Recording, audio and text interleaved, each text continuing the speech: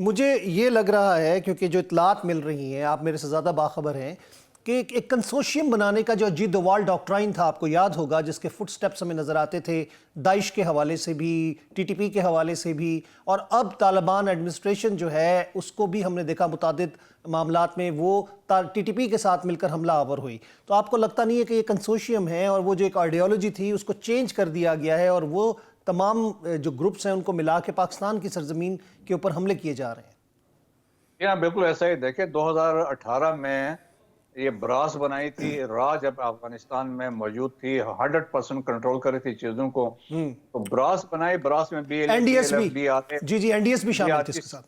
ہاں جی، یہ N D S کی مدد سے تو سارا کچھ ہو رہا تھا. جی جی تو وہ انہوں نے بنائی. پھر کنسورشیم بنایا 2020 میں، جب براس کو ٹی ٹی پی کے ساتھ ملایا. اور بعد کی ڈیولپمنٹس میں یہ ہے کہ جو داعش ہے، اسلامک اسٹیٹ ہے، یہ بھی انڈیا اس میں انوالو ہے.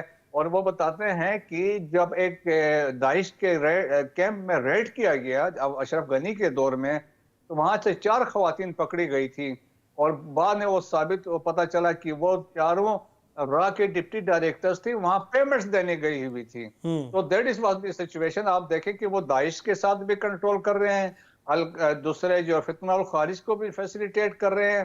اور ان کا الٹیمیٹ یہ ہے کہ پاکستان کو ڈسٹیبلائز کرنا ہے، افغانستان کو لینڈ سرزمین یوز کرتے ہوئے چائنا کو کنٹین کرنا ہے. تو دیٹس وائی کہ انٹرنیشنل فورمز ہم دیکھتے ہیں، انٹرنیشنل ریلیشنز میں یہ چیزیں ایٹ ٹائم جب انڈیا دہشت گردی میں انوالو ہے، ٹرانس نیشنل ریپریشن کر رہا ہے، تو وہ اگنور ہو جاتی ہیں. اس سے لیکن قبل بھی پاکستان بریگیڈیئر کو صاحب جب قندھار آپریشن کی بات کی جائے، یعنی قندھار آپریشن میں وہ والا بول رہا ہوں، وہ امریکن فورسز کا نہیں کہہ رہا، کہ جب پاکستان کے خلاف وہاں پہ ایک بہت بڑی سازش کریٹ کی جا رہی تھی تو ایک سوسائڈ اٹیک ہوا تھا، گاڑی جو بلاسٹ ہوئی تھی، جس میں جو اس خطے کے حوالے سے جو را کا ہیڈ تھا، ڈائریکٹر تھا جو ایشیا کا، اس کا سنا تھا کہ ہلاکت ہوئی تھی.